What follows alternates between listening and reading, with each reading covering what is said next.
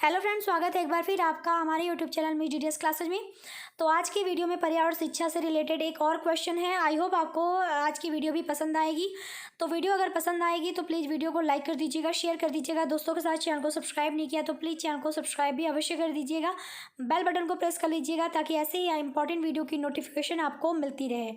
और अगर आपको इस क्वेश्चन का PDF चाहिए तो PDF की लिंक डिस्क्रिप्शन बॉक्स में अवेलेबल है, जहाँ पे आप क्लिक करके छोटा सा मार्जिन पे करके PDF भी डाउनलोड कर सकते हैं। बाकी यूट्यूब पे तो हमेशा फ्री है।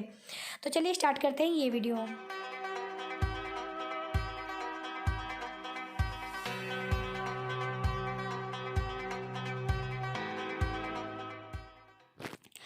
तो बात कर लेते हैं कि हमारा जो प्रश्न है वो क्या है। तो प्रश्न है कि पर्यावरण प्रबंधन का अर्थ स्पष्ट कीजिए। ये जो प्रश्न है ये MG की VP के पेपर में भी पूछा है। इसके अलावा आपके जो है लखनऊ यूनिवर्सिटी उसमें भी पूछा है। तो ये जो प्रश्न है ये काफ़ी जगह आपको देखने को मिलेगा। इस क्वेश्चन को अलावा भी देखिए, इस क्वेश्चन को किसी और तरीके से इस तरह पूछ सकता है कि पर्यावरण प्रबंधन से क्या तात्पर्य है। इसमें मैंने दो चीज़ें और इंक्लूड करी हैं कि इसके उद्देश्य तथा इसके प्रभावों की व्याख्या कीजिए। यानी पर्यावरण प्रबंधन के पहले अर्थ को बताना है, फिर उसके क्या उद्देश्य हैं और उसके क्या प्रभाव हैं, इसकी भी हम चर्चा करेंगे इस वीडियो में। तो यहाँ पे आप जो है उत्तर लिखेंगे पर्यावरण प्रबंधन से अभिप्राय। ठीक है, तो इसमें आप बताएंगे कि पर्यावरण प्रबंधन का तात्पर्य पर्यावरण के प्रबंधन से नहीं है, बल्कि आधुनिक मानव समाज के पर्यावरण के साथ संपर्क तथा उस पर पड़ने वाले प्रभाव के प्रबंधन से है।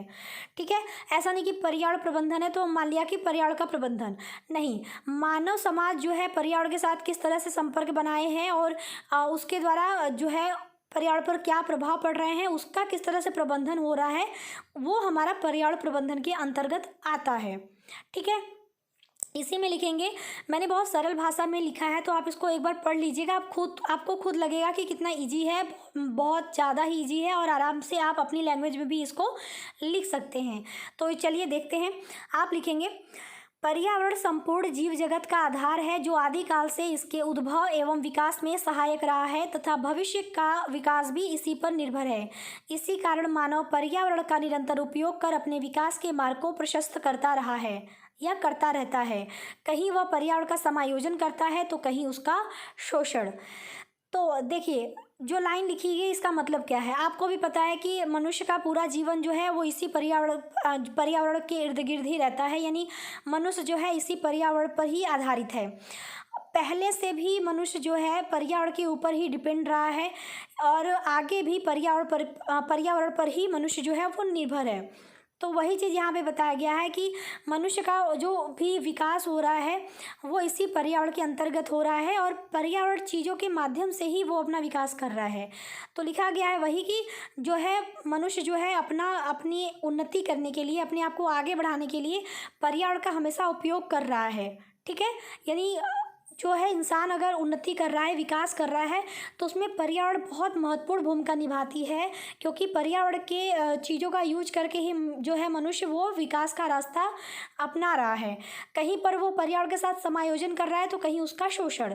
यानी कहीं पर तो वो पर्यावरण के साथ ठीक से पेश आ रहा है या पर्यावरण का जो है लिमिटेड चीज़ें जो है यूज कर रहा है, लेकिन कहीं कहीं पर अपने विकास के लिए, अपनी उन्नति के लिए पर्यावरण को वो नष्ट भी कर रहा है। ठीक है, वही चीज़ यहाँ बताई गई है। आगे लिखेंगे यह क्रम अनवरत चलता रहा है, किंतु इसमें समस्या उस समय आता है जब हम पर्यावरण के मूल तत्वों को नष्ट करने लगते हैं या उन्हें प्रदूषित करने लगते हैं। इसकी वजह से हमें अनेक आपदाओं का सामना करना पड़ता है। न केवल मानव अपितु जीव जंतु, पशु पक्षी एवं वनस्पतियों का अस्तित्व भी संपूर्ण संकटपूर्ण हो जाता है। यानी बताया गया है कि ये जो विकास का प्रोसेस है ये लगातार चलता रहा है। बहुत पहले से मनुष्य जो है पर्यावरण के माध्यम से ही अपना विकास कर रहा है। लेकिन यहाँ पर बात आती है कि अगर अब वो पर्यावरण के साथ जो है विकास कर रहा है तो वो तो ठीक है, लेकिन प्रॉब्लम यानी समस्या तब उत्पन्न हो जाती है जब मनुष्य पर्यावरण के जो मूल तत्व हैं, जैसे मिट्टी हुआ, जल हुआ, वायु हुआ, ठीक है, ये सब हुए, मूल तत्वों को वो नष्ट करने लगता है। आपने देखा होगा वनों की कटाई, जंगल पूरे काट दिए जाते हैं बिल्डिंग वगैरह बनाने के लिए, फैक्ट्री बनाने के लिए।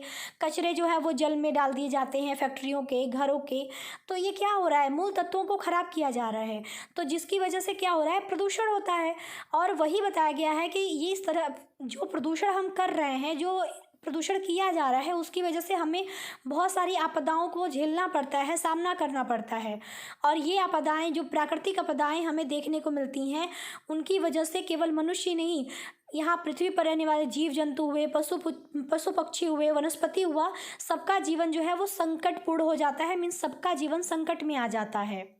ठीक है, अब आगे यहाँ पे बताया गया है, इन खतरों से इनकार नहीं किया जा सकता, किंतु इन खतरों से भयभीत होने के बजाय इनको समाप्त या कम करने की आवश्यकता है। और इसी तथ्य को ध्यान में रखते हुए वर्तमान में जिस विचारधारा को न केवल बल मिला है, किंतु इस दिशा में सर्वत्र पर्याप्त कार्य भी हो रहा है, वह है पर्यावरण प्रबंधन, अर्थात पर्यावरण का उचित उपयोग, उचित प्रबंध, जिससे वह अधिक से अधिक मानवापयोगी हो तथा कम से कम प्रदूषित हो और पारिस्थितिकी चक्र सदैव चलता रहे। देखिए, इसके अंतर्गत कहा गया है, हमें पता चल गया कि जो हम प्रदूषण कर रहे हैं उसकी वजह से हमें बहुत सारे आपदाओं, बहुत सारे खतरों का सामना करना पड़ रहा है। तो वही चीज़ यहाँ पे कहा जा रहा है कि हम इनकार तो नहीं कर सकते कि हमारे जो इस तरह के कार्य हैं, जो हम प्रदूषण कर रहे हैं, इससे खतरे आएंगे, लेकिन हम कर क्या सकते हैं वो उसकी बात करते हैं। यहाँ पे कहा गया कि हमें ऐसे जो खतरे हैं उससे डरना नहीं है, बल्कि हमको कोशिश करना है कि हम उस खतरों को या तो समाप्त कर दें या तो कम करने की कोशिश करें। ठीक है, और इसी तथ्य को, यानी इसी चीज़ को ध्यान में रखते हुए जो विचारधारा आज सबके सामने आई है, अच्छे जो है एक बलपूर्वक रूप में आई है, वह है पर्यावरण प्रबंधन, जिसका कि अर्थ होता है पर्यावरण का उचित उपयोग, उचित प्रबंध। यानी पर्यावरण का हम इस तरह से उपयोग करें कि वो अधिक से अधिक लोगों के लिए मानवापयोगी हो सके, मतलब अधिक से अधिक लोगों तक वो उपयोगी हो, और हम उसे कम से कम प्रदूषित होने दें, जिससे कि जो हमारा पर्यावरण का पारिस्थितिकी चक्र है वो हमेशा लगातार चलता रहे, उसमें कोई समस्या ना उत्पन्न हो। आगे इसी में बताया गया है कि पर्यावरण प्रबंधन से तात्पर्य पर्यावरण की गुणवत्ता से है, जिसका अंतिम परिणाम जीवन की गुणवत्ता सुनिश्चित है। यानी हम अगर छोटे शब्दों में कहें तो पर्यावरण प्रबंधन से तात्पर्य यह है कि पर्यावरण की गुणवत्ता अच्छी हो, जिससे कि हमारे जीवन की गुणवत्ता भी अच्छी हो पाए। यहाँ पे आगे लिखा है, अर्थात मानव तथा पर्यावरण के मध्य संबंध सुधार की प्रक्रिया ही पर्यावरण प्रबंधन है। यानी मनुष्य और पर्यावरण, यानी मानव जाति और पर्यावरण का जो बैलेंस है वो चलता रहे, अच्छे से चलता रहे, उनका जो संबंध है वो सुधार पूर्वक हो, यानी ऐसा हो जिसमें कि मानव पर्यावरण के प्रति भी संवेदनशील हो, पर्यावरण को नुकसान न पहुँचाए, प्रदूषित ना होने दें। तो यही जो प्रक्रिया है यही पर्यावरण प्रबंधन है, जिसमें कि हम पर्यावरण की चीज़ों का जो है उपयोग जो है लिमिटेड करें, यानी सीमित मात्रा में करें, और उसको प्रदूषित ना होने दें। ये सारी चीज़ें हम इसके अंतर्गत ध्यान में रखते हैं। आगे यहाँ पे लिखेंगे कि पर्यावरण प्रबंधन के अंतर्गत नियोजन, विश्लेषण, मूल्यांकन एवं उचित निर्णय द्वारा सीमित संसाधनों का उपयोग तथा प्राथमिकताओं में परिवर्तन आवश्यक है, जिससे वास्तविक जीवन में वे उपयोगी हो सके। वर्तमान समय में पर्यावरण प्रबंधन ही एकमात्र उपाय है जिसके द्वारा पर्यावरण संकट को नियंत्रित किया जा सकता है। यहाँ भी ये चीज़ बताया गया है कि पर्यावरण प्रबंधन के अंतर्गत क्या क्या, जैसे नियोजन होता है, विश्लेषण होता है, मूल्यांकन होता है, यानी कुछ निर्णय जो कि जैसे हमारे प्राकृतिक संसाधन जो हैं उसका हम उपयोग कम करें, और इसके अलावा कि जो हमारी प्राथमिकताएं हैं उसमें भी हम अपना परिवर्तन करें, और ऐसा जीवन रखें और अपने पर्यावरण का भी रखें जिसमें कि वो सभी मनुष्यों के लिए उपयोगी हो, सभी जीव जंतुओं के लिए हमारा पर्यावरण उपयोगी हो, और पर्यावरण को कोई नुकसान भी ना हो। तो बस शॉर्ट फॉर्म में यही कह सकते हैं आप कि पर्यावरण जो है, पर्यावरण के संकट को हम दूर करें, नियंत्रित कर पाएँ, इसके लिए जो एक प्रक्रिया है वही पर्यावरण प्रबंधन है। ठीक है, अब बात करते हैं पर्यावरण प्रबंधन के उद्देश्य की। तो पर्यावरण प्रबंधन के निम्नलिखित उद्देश्य निर्धारित किए गए हैं। पहला, प्राकृतिक संसाधनों के विदोहन तथा उपयोग को सीमित तथा नियंत्रित करना, यानी वही चीज़ कि जो भी प्राकृतिक संसाधन है उसका जो है दोहन कम करें, सीमित मात्रा में करें। ठीक है। दूसरा, प्राकृतिक साधनों का नवीनीकरण करना, जो भी प्राकृतिक साधन है उसको हम नया करने की, मतलब बेहतर करने की कोशिश करें फिर से। तीसरा, प्राकृतिक प्रकोपों के प्रभाव को कम करना, यानी कि पर्यावरण को इस तरह से रखना कि जो प्राकृतिक जो है प्रकोप है उसका प्रभाव कम पड़े, क्योंकि हम पर्यावरण को ज़्यादा दूषित ना होने दें, तो जो भी प्रकोप आएंगे प्राकृतिक उसका प्रभाव भी कम ही देखने को मिलेगा। चौथा, प्राकृतिक संसाधनों के एक बार उपयोग के बाद उत्पन्न अपशिष्टों के पुनर्चक्रण तथा पुनः प्रयोग के माध्यम से प्राकृतिक साधनों का अधिकतम उपभोग करना। यानी जो भी प्राकृतिक संसाधन हम यूज करते हैं, अगर एक बार हम उपयोग कर रहे हैं तो ऐसा नहीं कि एक बार उपयोग करने के बाद उसे हम फेंक दें, यानी जो अपशिष्ट पदार्थ है उसे हम फेंक दें। हो सके तो उसका पुनर्चक्रण करें अपशिष्ट पदार्थों का, और उसे फिर से प्रयोग करें, और जिससे कि प्राकृतिक साधनों का हम ज़्यादा से ज़्यादा उपभोग कर सकें। और इससे क्या होगा कि जो प्राकृतिक संसाधन है वो जो है जल्दी खत्म भी नहीं होंगे। पांचवा है उत्पादन की वर्तमान प्रौद्योगिकी के उपयोग पर पुनर्विचार करना, जिससे वह प्रदूषण मुक्त हो जाए। यानी जो भी प्रौद्योगिकी हम इस टाइम यानी वर्तमान समय में उपयोग कर रहे हैं उस पर हम विचार करें और उससे इस तरह का रखें कि उससे प्रदूषण जो है वो ना हो, या प्रदूषण बहुत कम मात्रा में हो। ठीक है। छठा है पर्यावरण परिरक्षण के लिए नियमों तथा कानूनों की व्यवस्था तथा उनका कड़ाई से पालन करना। यानी जो पर्यावरण को बचाने के लिए जो नियम कानून है, पहले तो उसकी व्यवस्था की जाए और उसका सब लोग पालन कर रहे हैं कि नहीं, इसको भी जो है ध्यान रखा जाए। सातवां हमारा है योजनाओं तथा कार्यक्रमों का पर्यावरणीय दृष्टि से मूल्यांकन करना। यानी जो योजनाएं और कार्यक्रम चल रहे हैं वो पर्यावरण की दृष्टि से कैसे हैं, अच्छे हैं, बुरे हैं, उनमें परिवर्तन की आवश्यकता है कि नहीं, यानी ओवरऑल उनका मूल्यांकन किया जाना चाहिए। ठीक है। तो ये है पर्यावरण प्रबंधन के उद्देश्य। बात करते हैं पर्यावरणीय प्रबंधन का प्रभाव। तो इसके अंतर्गत लिखेंगे कि पर्यावरण प्रबंधन के माध्यम से पर्यावरण प्रदूषण के नकारात्मक प्रभाव को कम किया जा सकता है। पर्यावरण प्रबंधन के प्रभाव निम्नलिखित हैं, यानी क्या क्या प्रभाव हैं ये चीज़ बताई गई है। पहला है पर्यावरण प्रबंधन का कार्य ऐसे तरीकों को बताना है जिनके माध्यम से ऐसे उत्पादों का निर्माण करना जिनसे कम प्रदूषण हो, पुनः निर्माण में कम लागत तथा कम प्रदूषण उत्पन्न हो। ये सब माध्यम प्रकृति के वास्तविक रूप को बनाए रखने में सहायता करते हैं।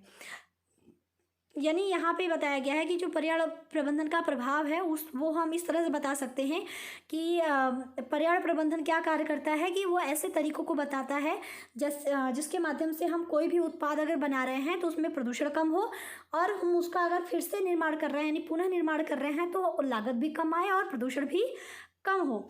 ऐसा करने से क्या होगा कि जो है प्रकृति का जो वास्तविक रूप है उससे छेड़छाड़ कम होगा, प्रकृति का जो वास्तविक रूप है उसे बनाए रखने में हमें मदद मिलेगी। ठीक है। दूसरा है पर्यावरण प्रबंधन पर्यावरण संरक्षण हेतु पर्यावरण तकनीक है जिनके माध्यम से भविष्य हेतु पर्यावरण को सुरक्षित रखने के लिए विभिन्न तकनीकों का निर्माण करता है। यानी पर्यावरण प्रबंधन क्या है कि पर्यावरण को बचाने की एक तकनीक है, यानी पर्यावरण संरक्षण हेतु पर्यावरण ही तकनीक है। तो वही चीज़ यहाँ बताया गया है कि इसके माध्यम से क्या होता है कि हम पर्यावरण को सुरक्षित रख सकते हैं, उसके लिए विभिन्न विभिन्न तरीके का निर्माण कर सकते हैं जिससे हमारा पर्यावरण जो है वो सुरक्षित रहे।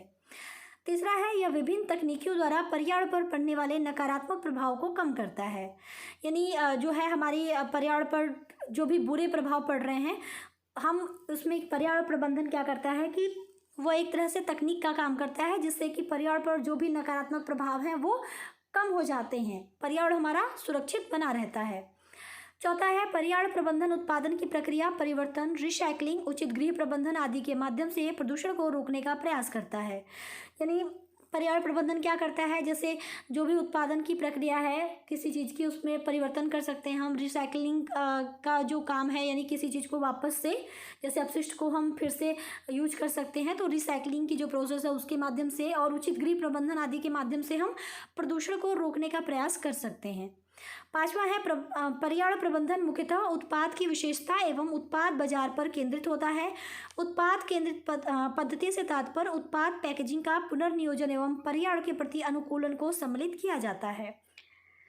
पर्यावरण प्रबंधन जो है उत्पाद की जो विशेषता क्या है और उसका उत्पाद बाजार जो है वो कैसा है इस पर वो केंद्रित होता है।